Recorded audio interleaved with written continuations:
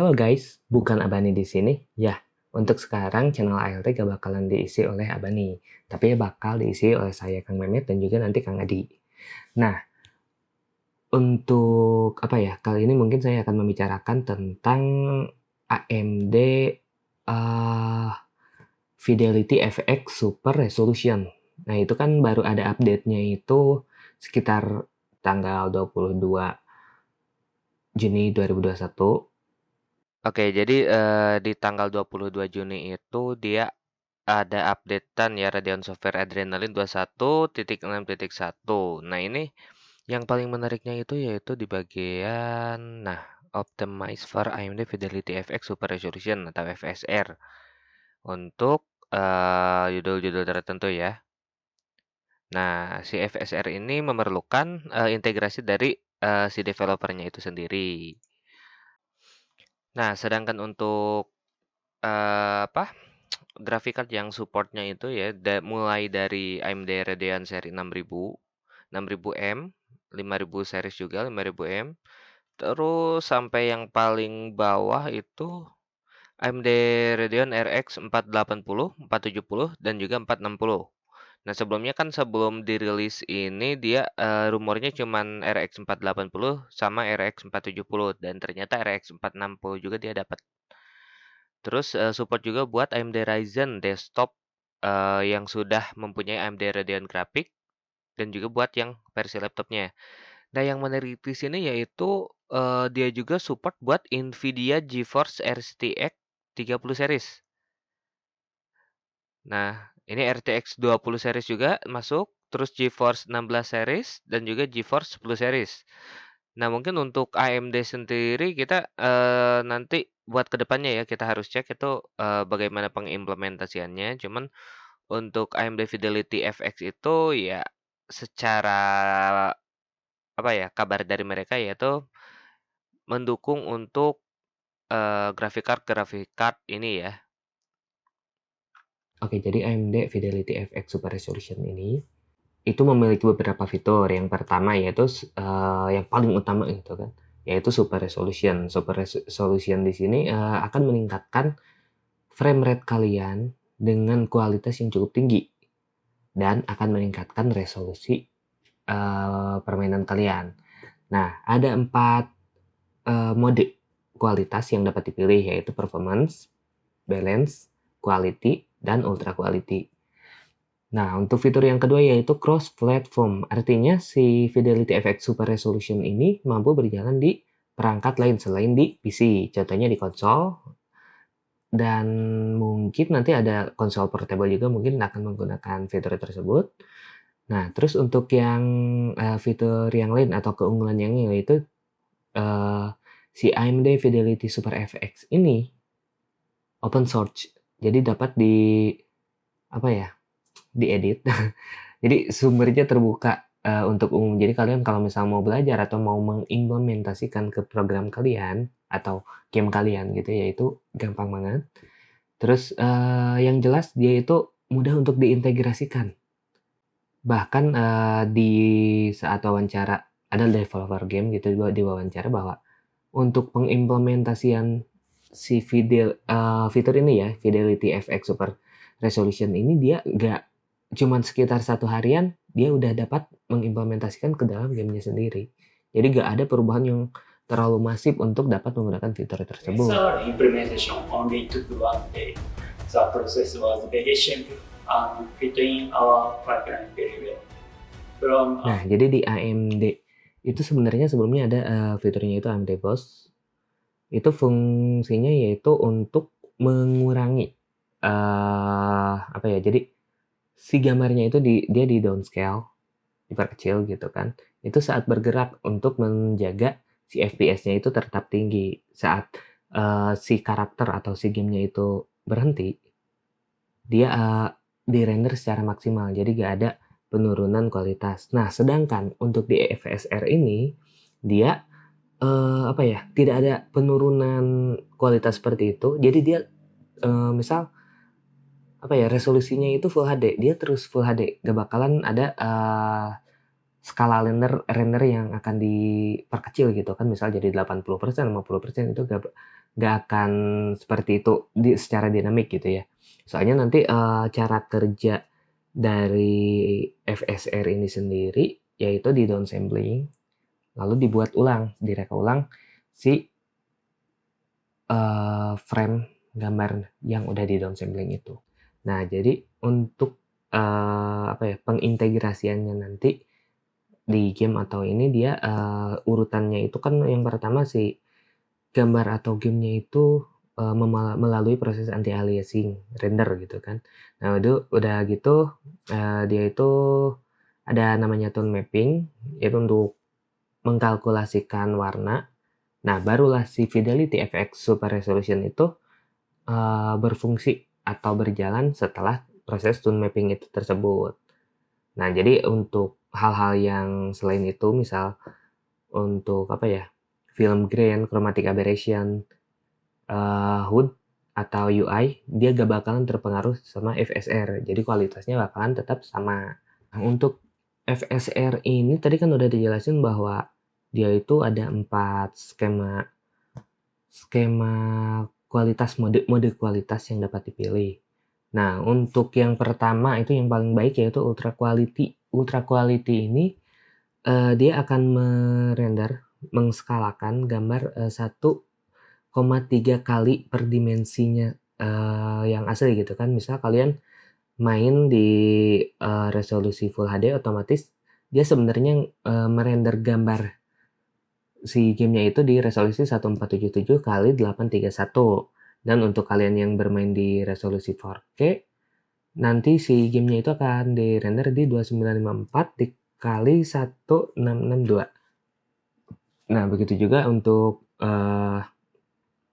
kualitasnya itu mengacu ke quality gitu kan.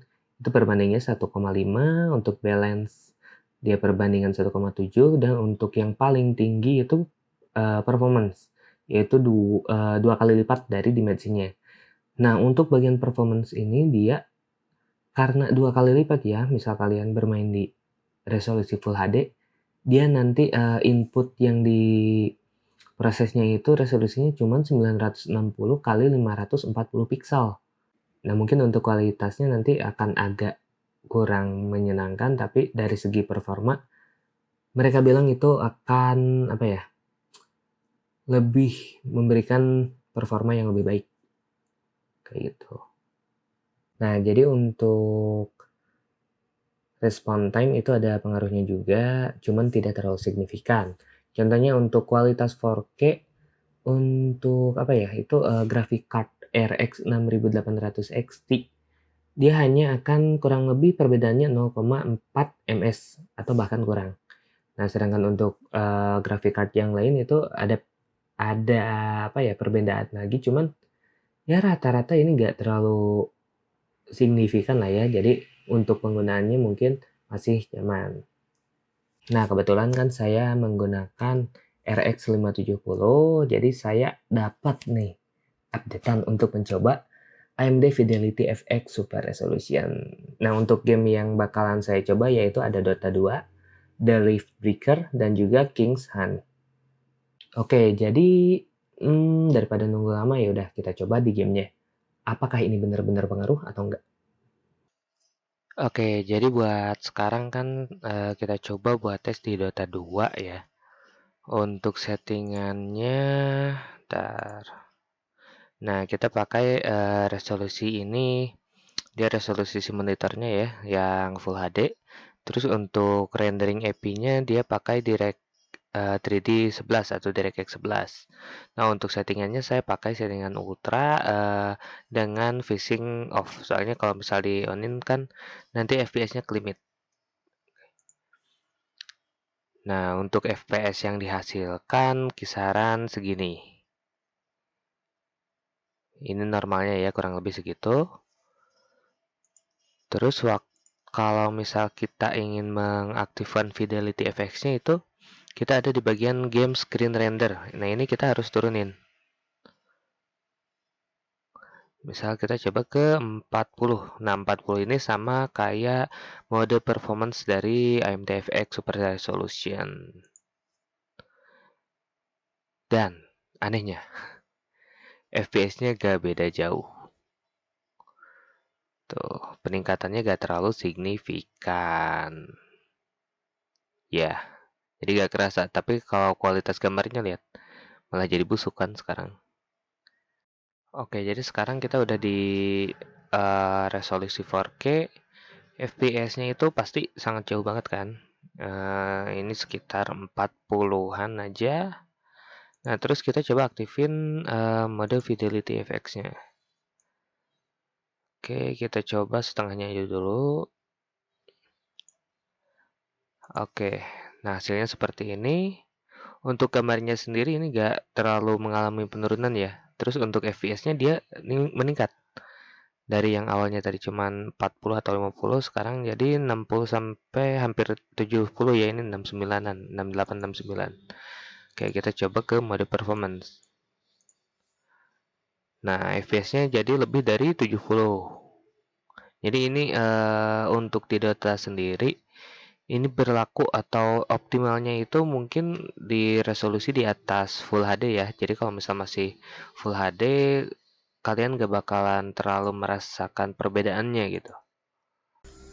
Oke, buat sekarang kita coba game Rift Breaker ya. Nah, untuk di game Rift Breaker ini kita dapat FPS sekitar 100-an, itu 103, 102. Untuk settingannya grafik. Nah, ini dia di Full HD 32 bit. Full screen, Fidelity FX-nya masih off. Settingan grafisnya shadow quality high, soft shadow on dan sebagainya. Kalian bisa lihat sendiri ya. Oke. Nah, FPS-nya segini nih. Terus kita mau coba aktifin Fidelity FX-nya.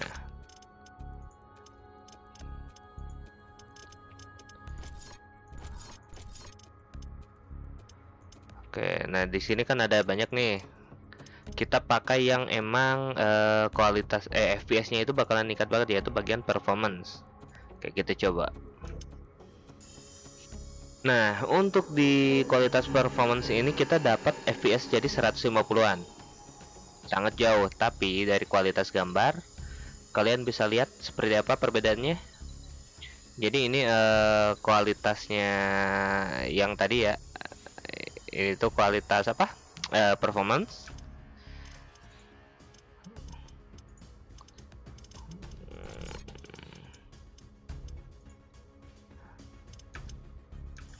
Nah, ini untuk kualitas tanpa Fidelity FX Super Resolution. Jadi kalian tahu bahwa Fidelity FX Super Resolution itu dia emang ningkatin FPS, tapi untuk kualitasnya sendiri ada yang dikurangi gitu. Tapi itu berbeda dengan kalau misal kita cuman menurunkan render scale. Jadi kalau misal kita turunkan render scale aja, ntar kalau gak salah ada settingannya di sini. Grafik. Nah, ada kan resolution scaling. Kita ubah ke misal 50%. Oke. Nah, hasilnya kayak gimana? Nah, kayak gini. Burik banget. Sedangkan untuk mode performance dia hampir sama kayak gini, cuman ada peningkatan di bagian anti aliasingnya. Jadi gambar-gambar yang putus itu direkonstruksi ulang jadi lebih baik gitu. Oke, kita coba perbedaan performanya itu untuk di resolusi 4K ya. Oke, jadi sekarang kita udah berjalan di resolusi 4K. Fidelity FX masih off. Kita coba bentar. Nah, kita coba gamenya ya. Nah, ini kita dapat FPS cuman nggak nyampe 30 karena gamenya cukup berat juga ya. Terus kita coba mode Fidelity FX Super Resolution. Oh ya, ngomong-ngomong Fidelity FX itu bukan hanya Super Resolution ya. Jadi di sini juga ada tuh Fidelity FX Variable Setting sama Fidelity FX Sharpening. Itu fungsinya beda-beda. Oke, kita ganti ke mode performance yang paling baik. Oke, konfirmasi. Nah, FPS-nya sekarang jadi 53, 54 ya, sekitar segitulah ya. Nah, untuk kualitas gambarnya kalian bisa lihat kalau misal kita menggunakan di resolusi Full HD mungkin akan terlihat sangat hancur ya gambarnya ya. Tapi kalau misal kita pakai untuk resolusi yang lebih tinggi alias DPI-nya yang lebih tinggi, itu malah kualitas gambarnya akan menjadi cukup baik dengan peningkatan performa yang cukup signifikan juga sih. Soalnya tadi kan sebelumnya gak nyampe 30, sekarang udah ada di 50-an. Jadi kita tinggal menyesuaikan aja resolusi yang mau kita pakai apa. Misal ini kan kita atur 4K, kalian bisa atur di resolusi 2K dan sebagainya lah kayak gitu. Oke, jadi sekarang di game selanjutnya ya, ini nama gamenya itu King Hans. Nah, untuk settingan yang dipakai ini resolusi resolusi Full HD dengan full screen, settingan overallnya itu height, fidelity FX ini masih off, motion blur di nonaktifin ya, depth of field juga ntar kita on dulu, apply. Nah, FPS yang didapat bisa kalian lihat itu sekitar 50, 40, 50an lah ya, sekitar itu. Terus saat kita gunakan AMD Fidelity FX, biasa langsung ke performance saja, apply. Nah, FPS-nya jadi 70-an. 7681. Jadi 70 sampai 80. Untuk perbedaan grafisnya, ntar kita cek. Ini kalau misal off kayak gini, mode performance kayak gini. Oke, ini game cukup berat, jadi kalau misal mau dicoba di resolusi 4K kayaknya gimana gitu ya. Oke, saya coba dulu ya setting di 4K. Oke, jadi ini udah disetting ke 4K. Fidelity-nya bentar, kita buat off dulu, apply. FPS yang didapat kacau banget, 15, cuma 15-an. Aduh, kualitasnya buruk sih ini. Oh, kayaknya menyesuaikan. Oh, memorinya habis kayaknya ini nih. Oh iya, si RAM-nya habis, jadi kualitas teksturnya hancur banget. Kita coba ganti kualitas fidelity FX-nya di performance, apply. Kita lihat, nah ada peningkatan seperti biasa, hampir 2 kali lipat berarti ya. Tadi cuma 15-an, sekarang hampir 30.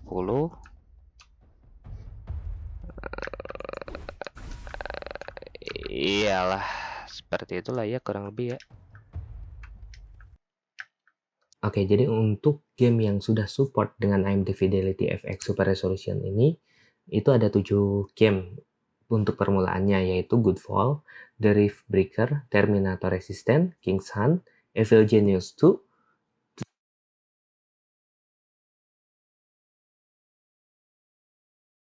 Nah, terus untuk selanjutnya nanti ada game dengan judul Astergos, Baldur's Gate, Dota 2, Age of Eternity, Far Cry, Farming Simulator 2, Forsaken, Hide Gun, terus apa ini? Ya itulah ya, sama yang Bloodhunt, ini Vampire Bloodhunt. Nah, untuk yang Dota 2 dia sudah dapat updatean ternyata.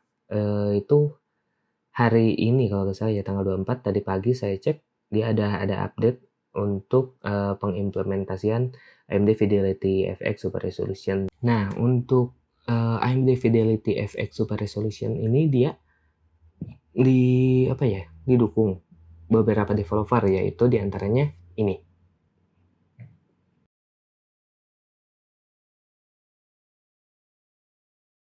Jadi menurut kalian gimana? Apakah AMD FX Super Resolution ini menarik?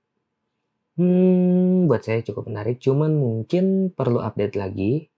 Karena untuk beberapa games mungkin belum terlalu optimal. Atau ya mungkin karena speknya juga itu ngaruh ya. Jadi nanti kita coba juga dengan spesifikasi lain. Apakah itu pengaruhnya bakalan sangat jauh atau tidak? Mungkin untuk sekarang segitu aja. Kalau kalian ingin info-info selanjutnya atau kalian pengen tutorial, pengen rakit, ininya pengen tahu tentang kita, jangan lupa subscribe dan aktifin lonceng notifikasinya ya. Terus kalau misal info ini bermanfaat, jangan lupa di-share ya. Bye.